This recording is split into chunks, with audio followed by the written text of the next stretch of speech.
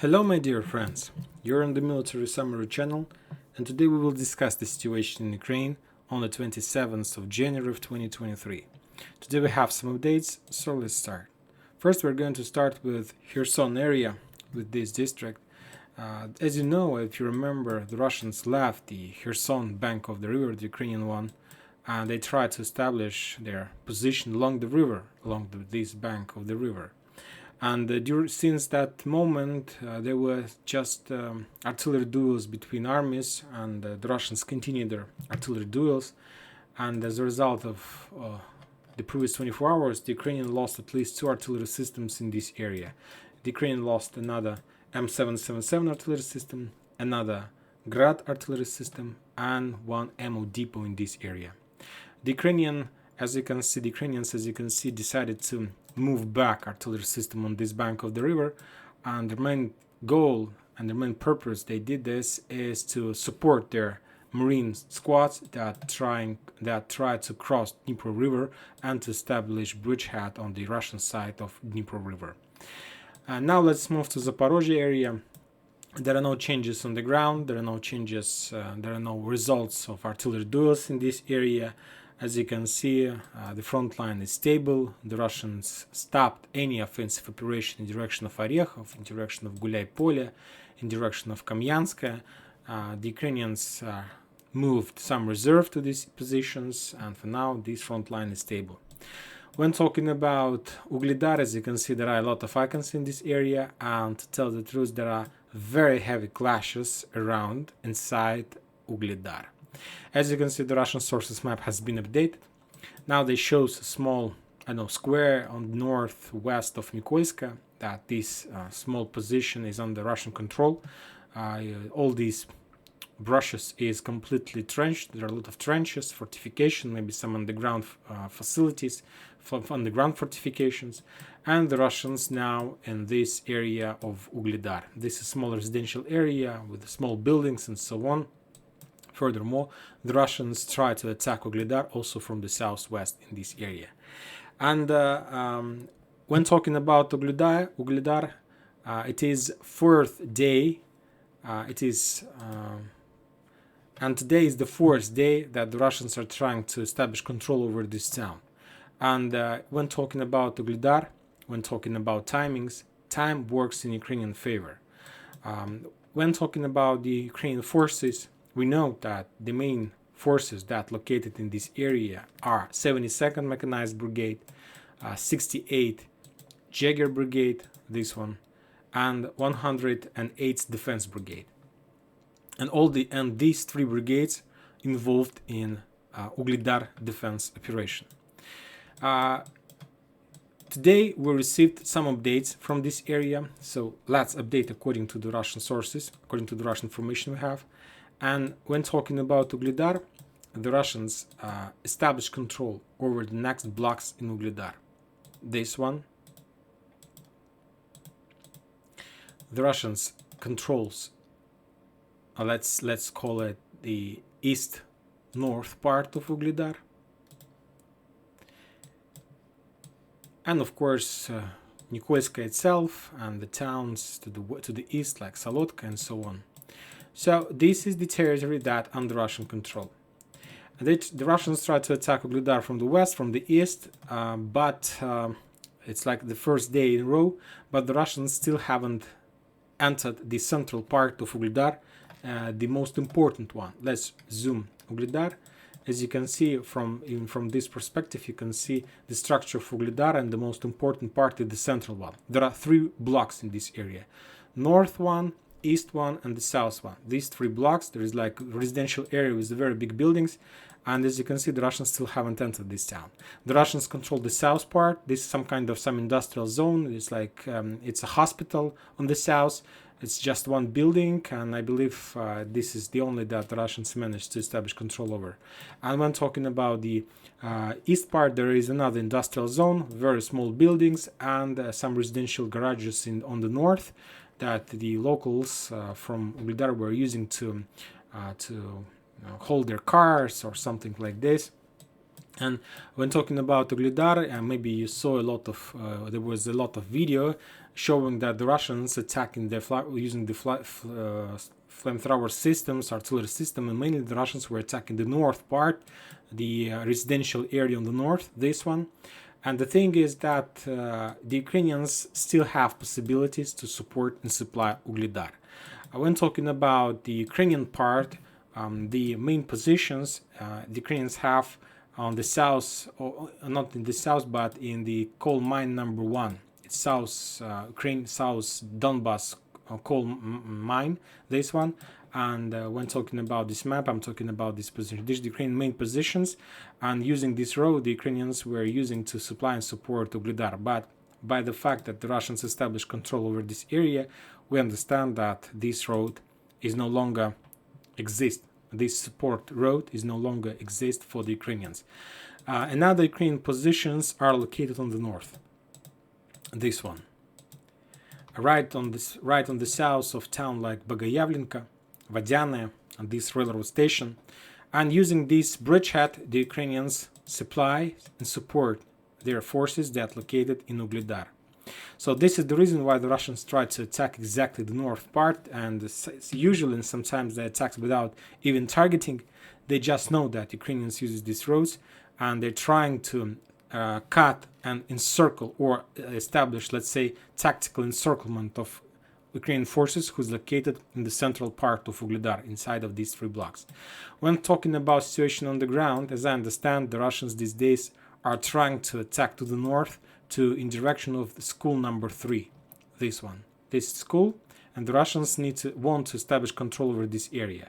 If we take a look at this map, you see that this block I'm talking about is cut from the let's say the main fortification with a very wide street, and the Russians understand that it's very unsafe for the Ukrainians to use these streets for crossing, to sending reinforcements and so on, under very heavy fire with flamethrower systems and many other type of artillery systems.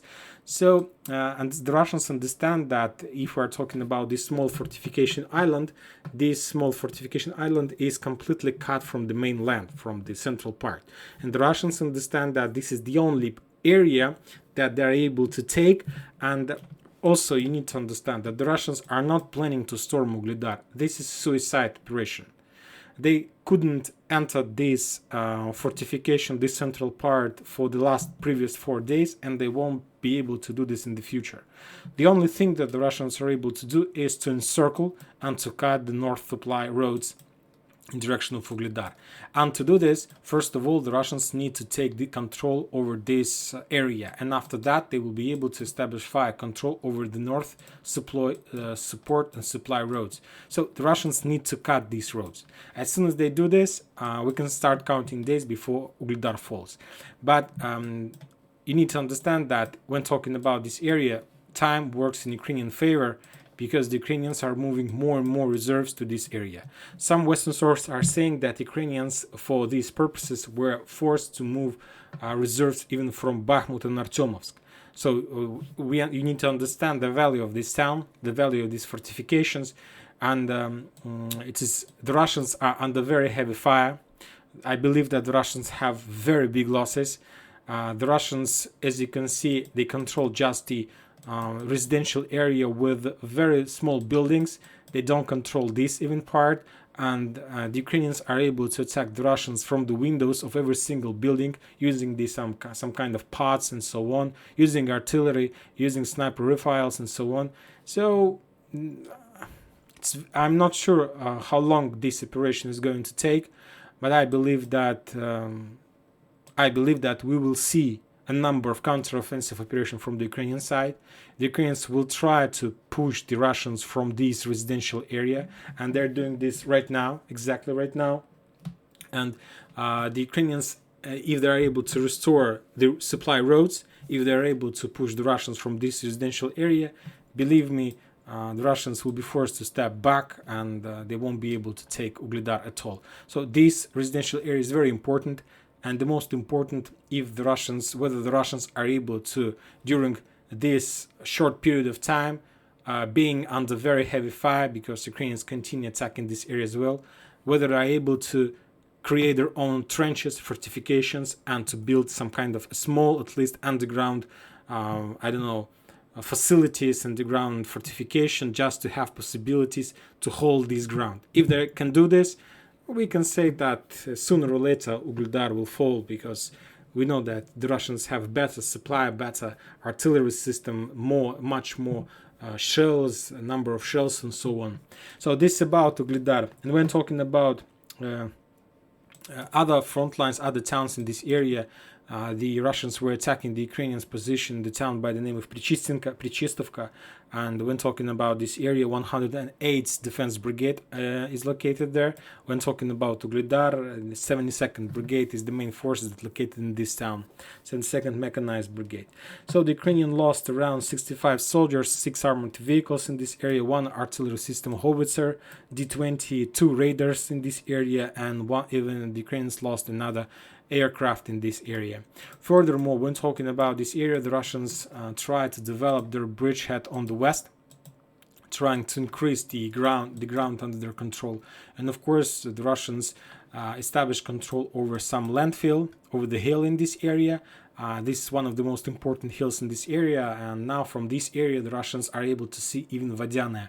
So the towns that are located on the north, all these trenches, and the most important, they have visual control over the road that connects Vuhledar with the mainland and with Konstantinovka and so on. So situation is not very good for the Russians, but also is not so bad. So everything is like all-day routine, and they just need to increase the pressure, and sooner or later Vuhledar is going to fall. When talking about Donetsk area, when talking about Marinka, there are still heavy clashes. The Russians pushes trying to force the Ukraine to leave the west outskirts of Marinka. There is 35th Brigade from the Ukrainian side. And as you can see, the Ukraine still controls the western part of Marinka. They're not planning to give up and to step back. And when talking about Donetsk area, and then I remind you that Donetsk front line starts somewhere in Marinka and ends somewhere on the Seversk. The Ukrainian lost 80 soldiers, 7 armored vehicles, 5 artillery systems. They lost 1 howitzer D-20, 2 howitzer D-30, 1 howitzer Stab B, 1 howitzer M109, and another raider. The Ukraine lost another raider in this area as well. Very heavy clashes still remains in Bakhmut. When talking about Klishchiivka, about this area, the situation was stabilized.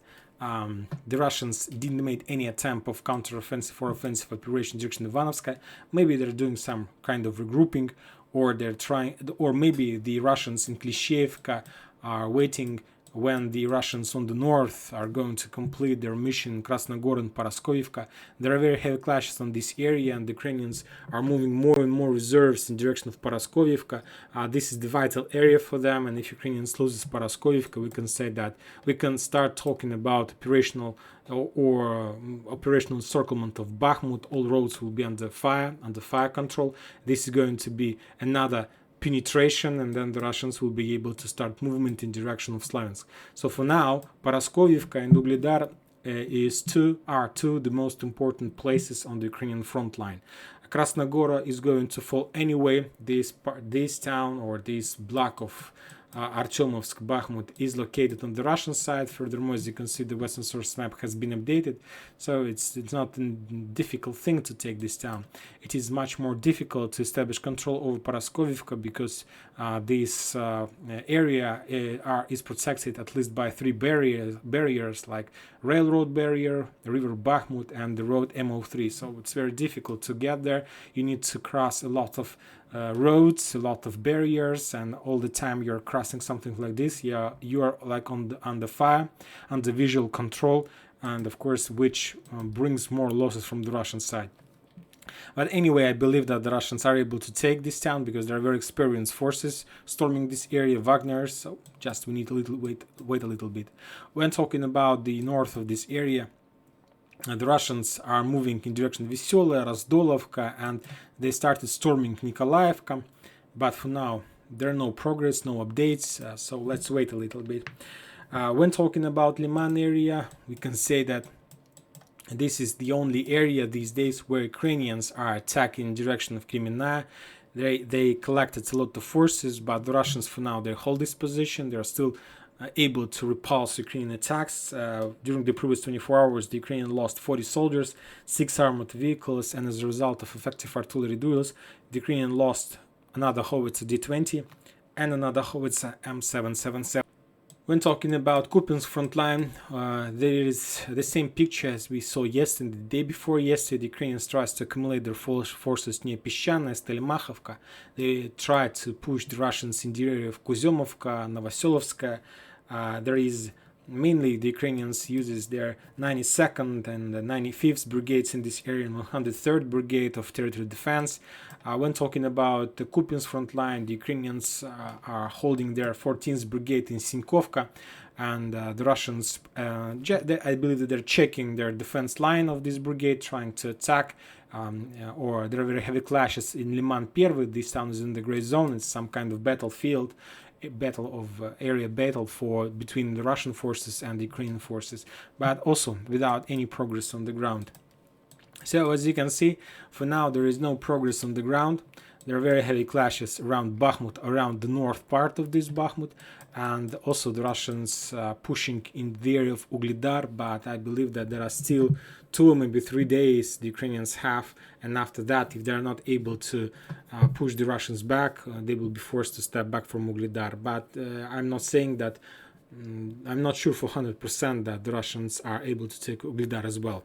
If the Ukrainians are able to make some kind of very effective counter-offensive operation in direction of this residential area, the Russians will be forced to step back, and this is going to be a very bad and very big collapse of the Russians in this area. They made a very nice attempt, very risky, and they have significant number of supremacy of artillery, and I believe that this is exactly they're want to use to force the Ukraine to step back, the supremacy in artillery system. And that's it for today. Military Summary channel reminds you to condemn any violence in Ukraine. Thank you for watching. Subscribe to my channel, put your likes, join my Patreon, and have a good day. Bye bye.